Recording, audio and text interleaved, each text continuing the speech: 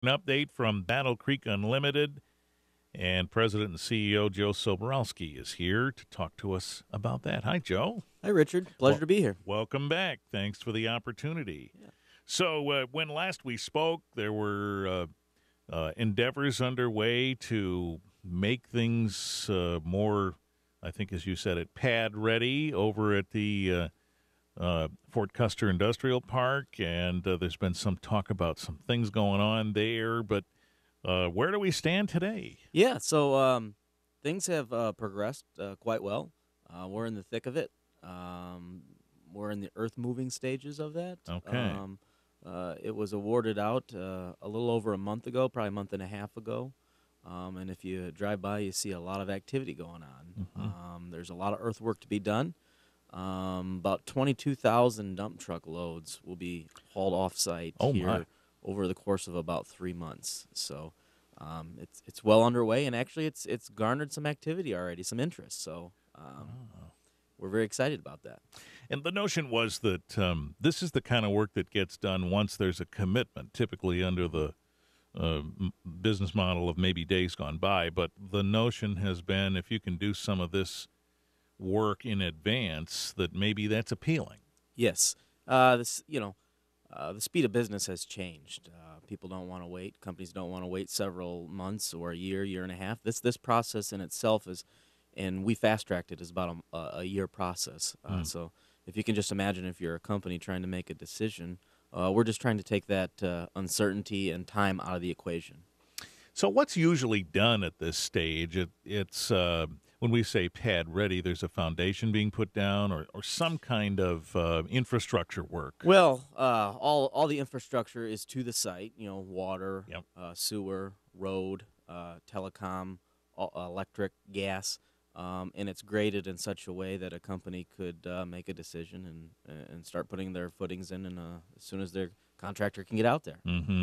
And with that already done, they don't have to sit there waiting another year for that Absolutely. process. Yeah. And one of the advantages is we're taking out some of the guesswork, if you will.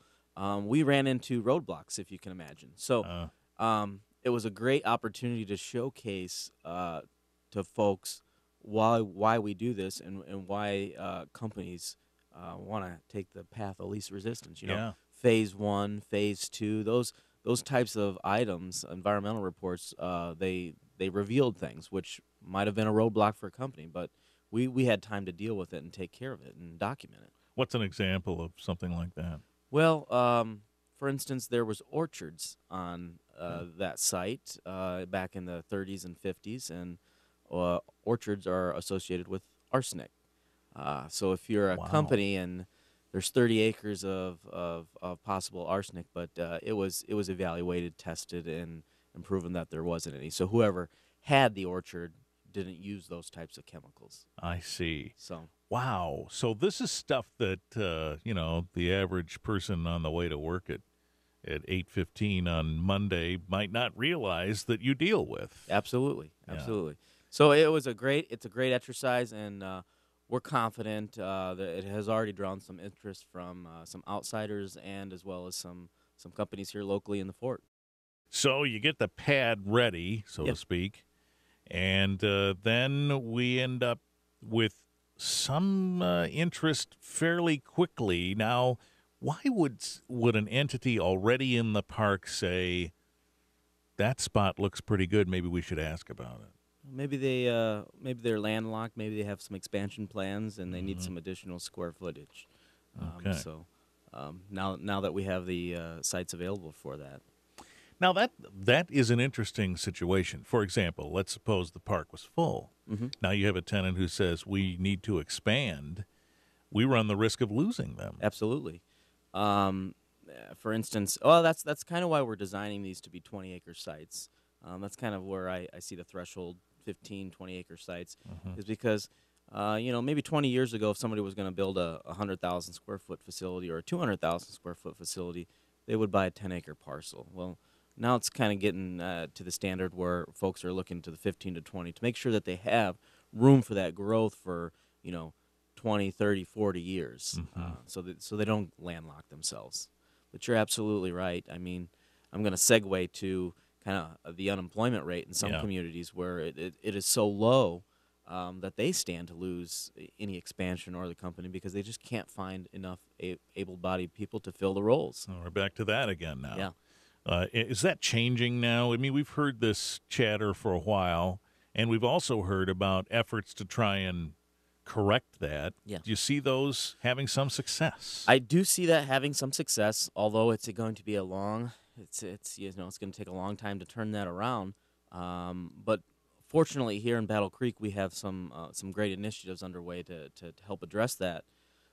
Additionally, and fortunately, we're not in that situation where our unemployment rate is so low, like some other communities. So that kind of makes us stand out maybe amongst the pack, that we have some labor to give. Boy, it's kind of interesting how that works, because we spend a lot of time examining the notion that a low unemployment rate is good for everybody, but there are complications with that. Yeah.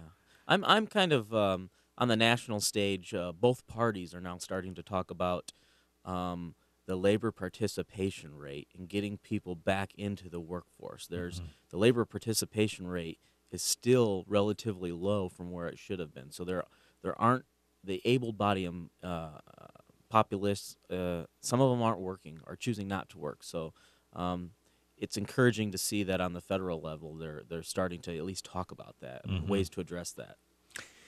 Meaning that there has to be some ways to try and engage those folks to get back in the Absolutely, workforce. yes. Yeah, and we hear a fair amount when the unemployment rate is referred to. Some folks say, "Well, that doesn't even count the ones who've given up, or are just taking a break from trying to find work, so that's not in there." Correct.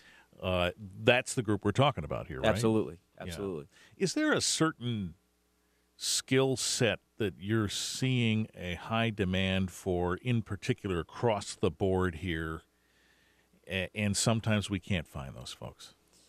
It's all becoming very technical. Yeah. All the positions are becoming very technical. You got to be able to do math.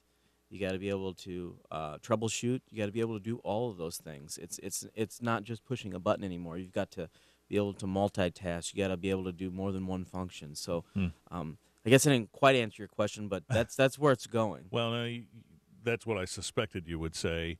Skilled trades and technical is where we've been hearing the need is, and we're not always able to satisfy that. Yeah. So when you talk about interested parties making at least some initial inquiries about what you have going on, is that the set of skills that they're looking for?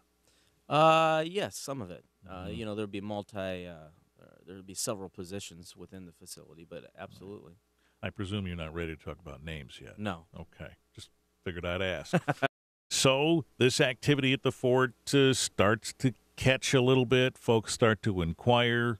So if somebody called you today and said, "Yep, that's the spot I want," now that this preliminary work is done, how quickly could they be there? September, October-ish. Huh. We're saying, hey, yeah, we're actively advertising that.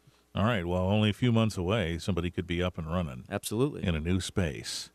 All right, so there is something out there called Good Jobs for Michigan that's getting some attention, and you've noticed that too. Absolutely. So Good Jobs for Michigan is well, let me back up a little bit. I want to be frank and say, Michigan has done a great job of changing its business environment. It's becoming more business friendly. We've done a good job in economic development with some of the smaller to medium-sized attractions. But to be frank, Michigan's getting its butt kicked on some of the larger deals. Okay. And so this jobs bill, or this legislation, Senate Bill 242 through 244, commonly known as Good Jobs for Michigan, is trying to address that. And basically it's leveraging the income tax that would be generated from a new organization or an expansion to be withheld as a tax credit to the company. So, for instance, if you were to hire 500 jobs or 500 new jobs and you paid 100% of the regional wage, which our regional wage is $20.80, the company could withhold, or the state would withhold, 50% of that income tax generated to the state and back to the company as an incentive. We're one of only 2 states that does not have a tax incentive structure for economic development right now. That's interesting, because for a time there, we were giving away tax credits pretty readily. Absolutely. And when the governor was elected, he said, I don't know how we're going to sustain that. And he changed the climate about that. This kind of puts our toe back in that water. Is that fair to say? It does, but we learned our lesson. So those were some tax credits that put us in some bad positions moving forward. But these are kind of there's some safeguards in place. It's essentially the same as a tax abatement. Essentially, if you don't create the jobs, you don't get it. There's a timeline, there's a cap on it, and there's some safeguards in place. So I think this is good legislation, and we really learned our lesson from that scenario you were just speaking to. So I think what you're saying is this setup is easier to, I guess the word is police or monitor, than it is to just give a willy-nilly tax break and then try to get that horse back in the barn. Absolutely. Mm-hmm. Absolutely. All right, so the notion is this is going to pass. How do you feel about? So this is a Senate bill. The House still has to get its 2 cents in. And absolutely. So they still have to vote on it when they come back from summer recess. They'll consider it. So, I would urge anybody that's interested and understands this to go to the website goodjobsformichigan.com, take a look for themselves, and reach out to their representatives and let them know their position on it. Michigan lost 480,000 jobs in the Great Recession, or we've created 480,000 jobs since the Great Recession, but we are still 300,000 below where we were prior to that. One of the only states. So, we're spending $69 million a year on economic development. Our next closest peer in the Midwest is Indiana, that spends $162 million a year. So we're way behind the game as far as some of these larger projects. And when we talk about larger projects and you say Michigan's getting its butt kicked, who's doing the kicking here? Who's the go-to place? Well, Kentucky's doing pretty good. Kentucky. Okay. Texas is doing pretty good. Indiana's done pretty good. Ohio's done pretty good. Wisconsin. All of our surrounding states, besides Illinois, they're outspending us and they're outpacing us on some of the larger new jobs. I mean, I don't know when the last time you've heard of a new company coming into Michigan with, let's say, 500 jobs. I know you hear of Ford expanding 500 or 1,000 jobs, but a new company, right? One that doesn't have a presence here, absolutely, at all. Is that fairly common? So a company that might be headquartered in some other part of the country is looking at expansion and would not necessarily consider expanding in its own backyard. Absolutely. I mean, these companies are smart. They hire consultants. They know what the tax structures are like in all of the states, and they shop that. And so Michigan is better, but not quite there. Yeah, Michigan's made by far huge strides in a positive direction. But this is just another tool in the toolbox that can make an effect for some real change in Michigan. All right, so before you go, I guess we should ask, in the next month, 3 months, 6 months, what do you imagine is going to start bubbling over here? In Battle Creek? Yeah. I think you're going to see a lot of – let me extend it beyond 3 months. Let me go to 4 or 5. All right. I think you're going to see some really good announcements, not just out of BCU, but community-wide. There's some good synergies going on. I think a lot of things are going to happen here before the end of the year that it's going to be a good time for Battle Creek. All right, Joe Sobieralski updating us from Battle Creek Unlimited. Thank you. We'll talk again soon. Thank you, Richard.